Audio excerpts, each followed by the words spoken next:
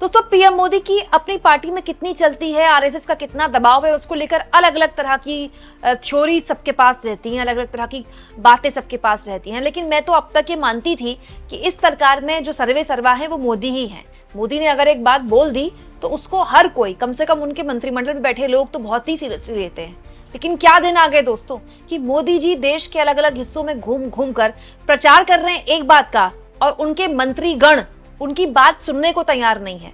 दोस्तों अमेरिका ने जब H1B वीजा पर एक बार का जो एक शुल्क था वो बढ़ा दिया और उसको कर दिया 1 लाख अमेरिकी डॉलर, जो कि होते हैं 88 लाख। तो अंधभक्तों ने, मोदी सपोर्टर्स ने और बीजेपी के मंत्रियों ने, मोदी जी के मंत्रियों ने तक ये कहना शुरू कर दिया कि ठीक है, अगर हमारे टैलेंट से कोई घबरा रहा है तो आ जाइए वापस। विकसित भारत का जो ये महायज्ञ हो रहा है जिसमें अभी तक आप और हम ही केवल आहुति दे रहे हैं, विदेशों से जो लोग हैं वो भी आ जाएं वापस और यहाँ इस महायज्ञ को एनकाउंटर करें। दोस्तों बात बोलने की तो बड़ी अच्छी है, मोदी जी भी कहते हैं कि भैया आइए हम सब विकसित भारत में एक साथ हो जाएं और जितने भी लोग अगर दुनिया के दूसरे मुल्कों से भी उनको अगर छोड़ना पड़ा वो मुल्क तो वापस भारत आ जाएं। पर दोस्तों इसमें भी टर्म्स एंड कंडीशंस अप्लाई हैं। ऐसा लगता है कि ये नियम दूसरों पर तो लागू होता है लेकिन मोदी के मंत्रियों पर लागू नहीं होता है। आज मैं आपको बताऊंगी मोदी जी के मंत्रियों की ऐसी लिस्ट जिनके खुद के बच्चे न केवल विदेश में पढ़ रहे हैं बल्कि विदेश में ही सेटल हो चुके हैं, डॉलर में पैसा कमा रहे हैं। दोस्तों जैसे हमारे वाणिज्य मंत्री पीयूष गोयल जिन्होंने अभी एक दिन पहले ज्ञान दिया कि हमारे टैलेंट से दुनिया के कई मुल्क घबरा रहे हैं, तो अगर हमको वापस भी आना पड़ता है तो कोई बात नहीं, हम यहाँ मतलब वो लोग जो विदेश में काम कर रहे हैं वो वापस वतन आ जाएं और यहाँ एक बार फिर से नई शुरुआत करें, यहाँ भी बहुत संभावनाएं हैं।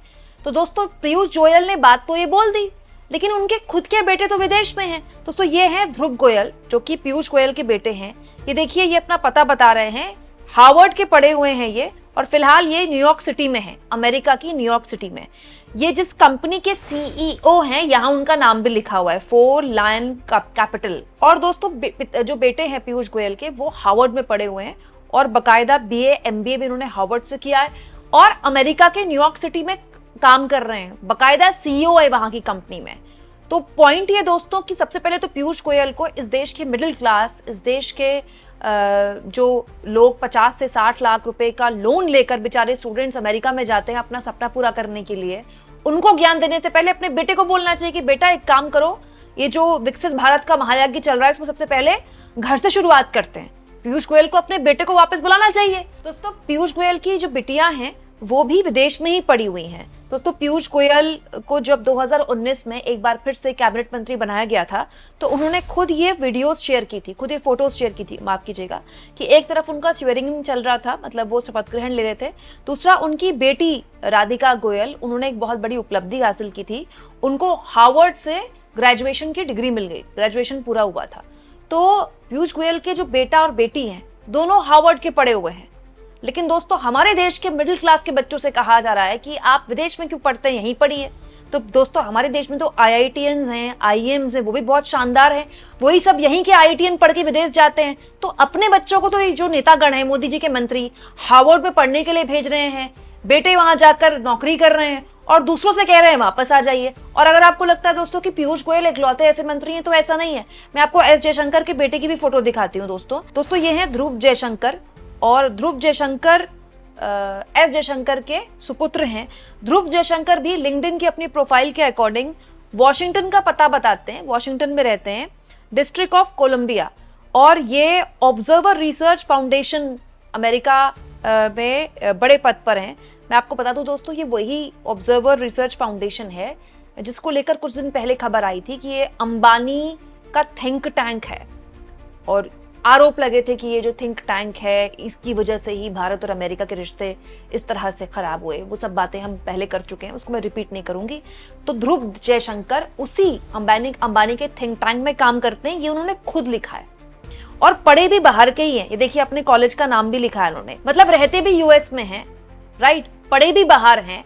बताइए दोस्तों मोदी जी के एक और मंत्री, इनके बेटे भी बाहर ही पढ़े हैं और बाहर ही सेटल हैं और हमारे देश के मिडिल क्लास से कहा जा रहा है कि वापस आ जाइए अगर आना ही पड़ जाए तो। दोस्तों इसके अलावा द प्रिंट की खबर बताती है कि एस जयशंकर की जो बिटियां हैं, उनकी जो बेटी है मेधा नाम है उनकी बिटिया का, वो भी बाहर की यूनिवर्सिटी से, विदेशी यूनिवर्सिटी से पढ़ी हुई हैं, डेनिसन यूनिवर्सिटी से उनकी बेटिया ने BA किया है सिनेमा ने। तो बेटा बेटी जो हैं वो दोनों विदेश में पढ़े हुए हैं दोस्तों। इसके अलावा हरदीप सिंह पुरी, आप जानते हैं मोदी जी के मंत्री, हरदीप सिंह पुरी की जो बेटियां हैं वो भी बाहर ही पढ़ी हुई हैं। उन्होंने LLM किया हुआ है दोस्तों लंदन की यूनिवर्सिटी से, और अभी US में ही सेटल हैं। जो हरदीप सिंह पुरी हैं उनकी बिटिया लंदन में पढ़ी हुई हैं और US में सेटल हो गई हैं दोस्तों। इसके अलावा निर्मला सीतारमण की जो बिटियां हैं वो भी लंदन से पढ़ी हुई हैं। ये जानकारी टाइम्स के इस आर्टिकल से मिली है। पीयूष गोयल के बारे में तो खैर मैंने आपको जानकारी दे दी है। शिवराज सिंह चौहान जिनके बेटे की अभी शादी हुई थी, उनके बेटे ने भी जो LLM की डिग्री की है, ये US की यूनिवर्सिटी ऑफ पेंसिल्वेनिया की यूनिवर्सिटी से LLM की डिग्री की है, शिवराज सिंह चौहान के बेटे ने, कृषि मंत्री ने। इसके अलावा राजनाथ सिंह के बेटे हैं दोस्तों नीरज सिंह, उन्होंने भी लीड्स यूनिवर्सिटी, UK की लीड्स यूनिवर्सिटी से MBA की पढ़ाई की है, राजनाथ सिंह के बेटे ने भी। और जयशंकर के बारे में तो खैर मैंने आपको बता ही दिया। दोस्तों अगर आपको ऐसा लगता है कि केवल सत्ता में बैठे लोग ही अपने बच्चों को विदेश भेजते हैं, ऐसा नहीं है। विपक्ष में बैठे लोगों के बच्चे भी विदेश में ही पढ़ रहे हैं। क्यों? क्योंकि सब जानते हैं कि अगर आप अपने बच्चों को एजुकेशन सिस्टम देना चाहते हैं, हर आदमी अपनी हैसियत से ऊपर अपने बच्चे को पढ़ाता है। गरीब से गरीब आदमी भी चाहता है उसका बच्चा प्राइवेट कॉलेज में जाए, प्राइवेट स्कूल में पढ़े, ताकि उसको अच्छी शिक्षा मिले। क्यों? क्योंकि बच्चे का जो पूरा विकास है, उसका जो पूरी करियर है, जो उसका फ्यूचर है, वो कैसी शिक्षा मिलती है, किन लोगों के साथ वो पढ़ता है, इससे ही तय होता है। तो अगर नेतागणों के पास ऐसे संसाधन हैं, उनके पास इतने पैसे हैं कि विदेश भेज सके, तो भेजेंगे। भाई हमारे देश का जो मिडिल क्लास है वो अपने बच्चे को लोन लेकर क्यों विदेश भेज रहा है? क्योंकि वो मानता है कि विदेश में बच्चा सेटल हो गया तो वो उसके भविष्य के लिए अच्छा है। लेकिन आज दोस्तों उसके सपने अगर टूटे हैं तो उसमें किसकी गलतियां रही, इसके बारे में हमको बहुत सीरियसली सोचना चाहिए। ना कि हम एक ऐसी चीज बोले कि आ जाइए वापस, यहीं आ जाइए, यहीं अपने लिए संभावनाएं तलाश करें। अगर यहां संभावनाएं होती तो अपना घर छोड़कर कोई क्यों जाता? अगर यहां नौकरियां होती तो H1B वीजा लेकर कोई अमेरिका क्यों सेटल होता? सिंपल सी बात है दोस्तों। 1965 का दौर था और उस वक्त भारत और पाकिस्तान का युद्ध भारत बिल्कुल जीता ही था, और वो एक ऐसा दौर भी था क्योंकि देश को नई नई आजादी मिली थी। उस वक्त के प्रधानमंत्री के सामने एक संकट आया, देश के सामने खाद्यान्न संकट आया, और खाद्यान्न संकट से जूझ रहे देश के पास जाहिर तौर पर संसाधन उतने नहीं थे कि वो सबका पेट भर सके। तो उस वक्त के PM लाल बहादुर शास्त्री के मन में एक बात आई कि देश के लोगों के आगे एक बात रखी जाए कि हफ्ते में एक दिन आप उपवास कीजिए। लेकिन उस वक्त के जो तत्कालीन PM थे शास्त्री जी, उन्होंने ये सोचा कि मैं दूसरों से ये करने के लिए बोल रहा हूँ, पहले क्या मैं खुद कर सकता हूँ? क्या मैं अपने छोटे छोटे बच्चों, अपनी पत्नी से कह सकता हूँ कि हफ्ते में एक दिन मत खाना खाइए? और दोस्तों आप यकीन करेंगे, हमारे उस वक्त के PM ने पहले अपने बच्चों, अपनी पत्नी को भूखा रखा, हफ्ते में एक दिन उनसे उपवास कराया। जब उनको ये दिखा कि उनके छोटे छोटे बच्चे उपवास कर ले रहे हैं, उनकी पत्नी उपवास कर ले रही है, उनका खुद का परिवार ये कष्ट ले रहा है, तब उन्होंने परिवार वालों के बाद देश के लोगों से कहा कि देश के आगे ये संकट है, अगर संभव हो तो हफ्ते में एक दिन उपवास कीजिए। और देश ने माना, और आज देखिए हमारे पास देश के अंदर इतना खाद्यान्न भंडार है, इतना खाद्यान्न भंडार है कि अगर देश चाहे, अगर आज भारत चाहे तो वो पूरी दुनिया को मतलब अनाज दे सकता है। इतना खाद्यान्न है हमारे पास। वहां से लेके यहां तक का सफर हमने तय किया क्योंकि हमारे पास ऐसे नेता थे जो दूसरों से कुछ कहने की बजाय पहले खुद पर इंप्लीमेंट करते थे।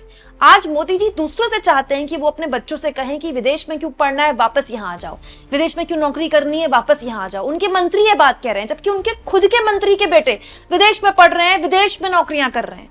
आप इस मुद्दे पर क्या सोचते हैं दोस्तों? अब आप इसे हिपोक्रेसी की कौन सी सीमा कहेंगे? कमेंट बॉक्स में लिख के बताइएगा, और जितना हो सके चैनल को शेयर भी करें और सब्सक्राइब भी।